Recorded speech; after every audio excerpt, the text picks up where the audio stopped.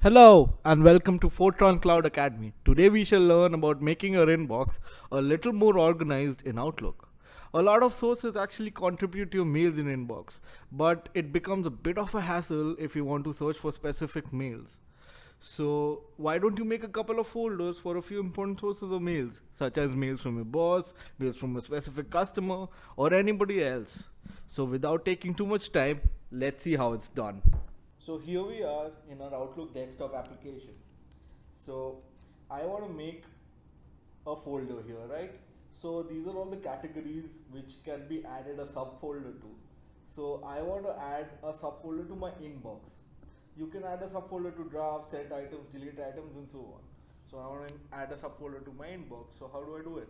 I select to the inbox icon, I right click it and select new folder. Okay, now I name my new folder. Let's say mails from Alan.